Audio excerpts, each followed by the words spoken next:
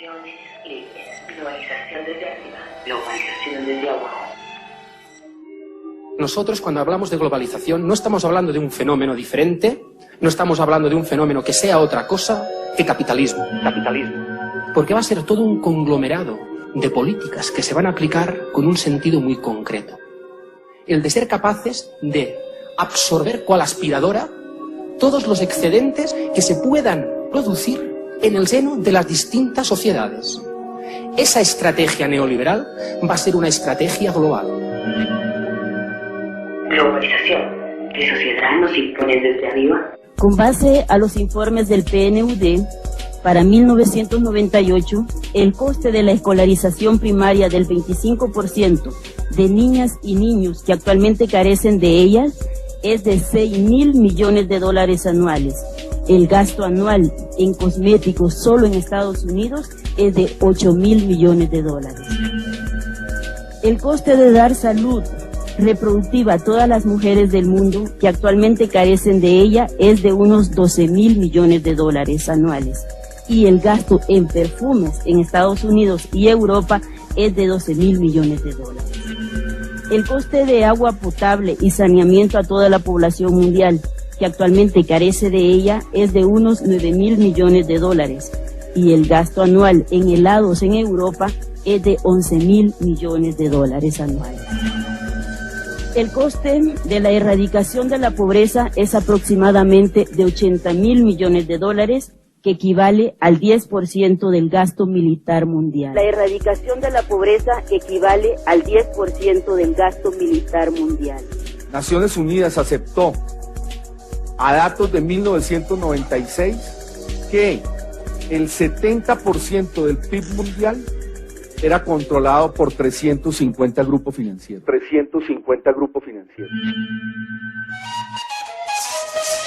Movimiento antiglobalización. ¿Qué sociedad construimos desde abajo?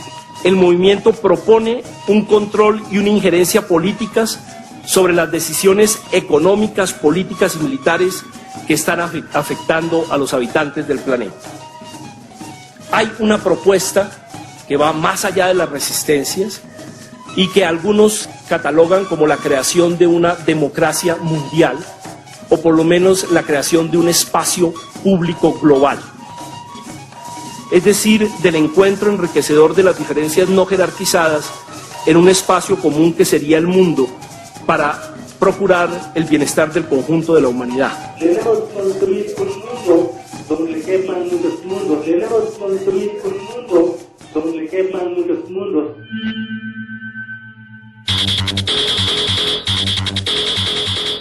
Globalización, ¿qué es?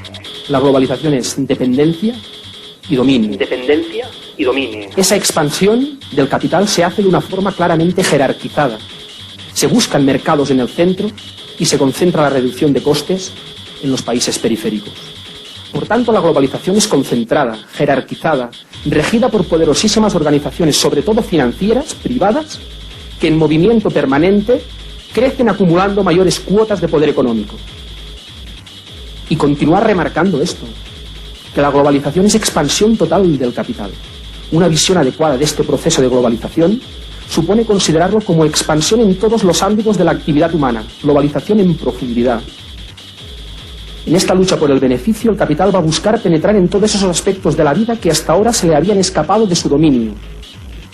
Mercantilización de todos los recursos naturales, agua y aire fundamentalmente.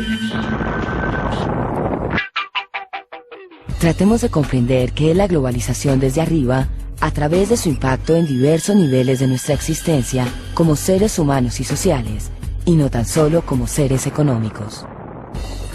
Globalización y Estado Nacional. El papel del Estado. En estos momentos, desde nuestra perspectiva, analizamos que lo que está sucediendo con el Estado es que no está desapareciendo. Ante los discursos, ante los planteamientos que más o menos vienen a decir que la globalización, el Estado desaparece, nosotros entendemos que esto no es así. El Estado se reestructura, el Estado se diluye, cede soberanía a manos de estructuras transnacionales, la Organización Mundial de Comercio, el G7, el G8, el World Economic Forum, el Banco Mundial, el Fondo Monetario Internacional. se transnacionalizan sus funciones, pero nunca desaparece. Esta globalización capitalista, evidentemente, se encuentra dominada por los grandes grupos industriales y financieros en busca de ese máximo beneficio. Y el marco de regulación lo van a establecer claramente los organismos transnacionales y se van a encargar de aplicarlo en cada uno de los ámbitos, cual títeres los estados nacionales. Fondo Monetario Internacional, las ONAS, el pueblo, CNE, hambre, no more, deuda externa. Globalización y regionalización. La regionalización no representa un fenómeno opuesto a la globalización.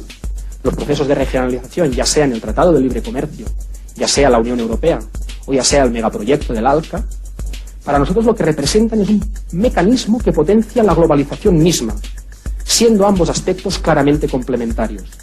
Lo que se plantea en los procesos de regionalización es una protección hacia adentro, aprovechar las economías de escala, los mercados cautivos, las legislaciones adecuadas para ese libre fluir en un territorio concreto de ese capital, de ese capitalismo.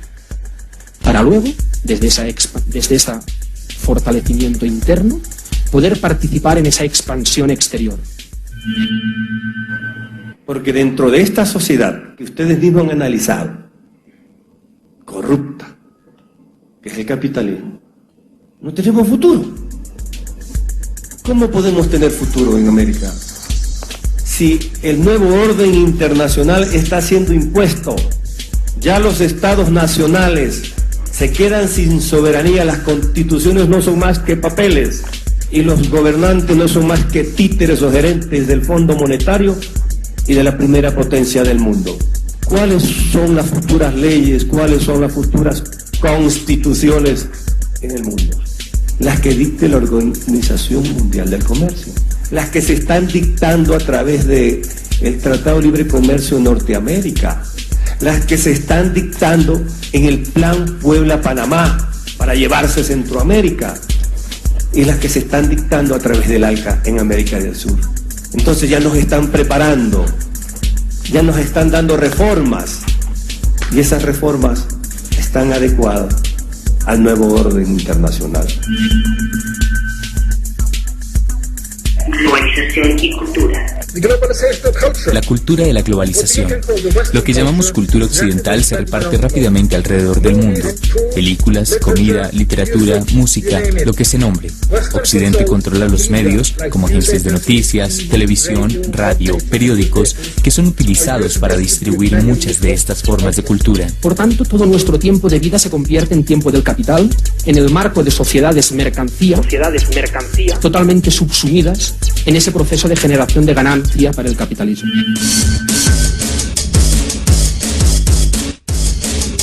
Globalización y guerra. Después del 11 de septiembre, con lo que nos encontramos es con una gestión dura de ese proceso de globalización. Se acabó el glamour, se acabó el consenso.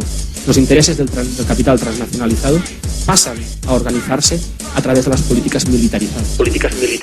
La globalización es al mismo tiempo una gran estrategia militar de respuesta a poblaciones que, como saben los mismos neoliberales, en el contexto en el cual actúan sus políticas, van a resistir y van a generar audiencias importantes en contra del movimiento de la mercantilización absoluta de las poblaciones. Ese es el asunto. Lo que estamos presenciando en Colombia con el Estatuto Antiterrorista ya se hizo post 11 de septiembre con decisiones policíacas en las ciudades norteamericanas, control de internet, control de la vida privada. Estamos asistiendo al inicio de sociedades policíacas que recuerdan mucho el inicio de los procesos del fascismo en los años 30, cuando efectivamente este tipo de prácticas de controles sobre las poblaciones se generalizaron. La globalización entonces no es solo concentración, no es negación de la redistribución de la riqueza, sino que al mismo tiempo es también una estrategia militar y policíaca de control sobre las poblaciones. También sirve para posicionarse en territorios, también sirve para desarrollar hegemonías económicas y demás. Me interesa resaltar ahora que es también una estrategia militar acompañada de una mercantilización de lo que puede ser concebido como el funcionamiento de las sociedades y de la política. Cuando hablamos de las consecuencias de la violencia, hay dos formas de violencia. La primera es la violencia directa, quiero decir, el asesinato con intención, como son las guerras, genocidios, violencias callejeras, limpieza social, etc., relativamente bien conocidas en los medios a través de las víctimas. La violencia estructural, quiero decir, cuando la gente muere por necesidades básicas de comida, medicinas, vivienda, etc., estamos hablando de 160.000 personas cada día. Esto es 36 millones al año. Esto no es visible en los medios, pero puede verse en las estadísticas. Esta violencia estructural es mucho más grave, está más difundida y es más mortal que cualquier guerra en el mundo de hoy. Esta violencia estructural es mucho más grave, está más difundida y es más mortal que cualquier guerra en el mundo de hoy.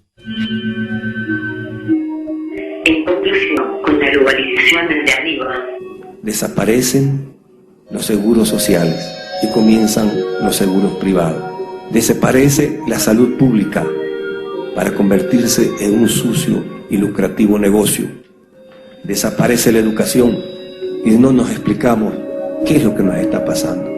Desaparecen los derechos fundamentales, desaparecen los derechos de los trabajadores. Si desaparece el sindicalismo, que es un derecho humano, desaparece la contratación colectiva. Y si desaparece la contratación colectiva, estamos regresando hacia la época del esclavismo. Y nosotros nos quedamos sin organización, individualmente, sálvese quien pueda. ¿A qué nos llevan? Al pago de la hora.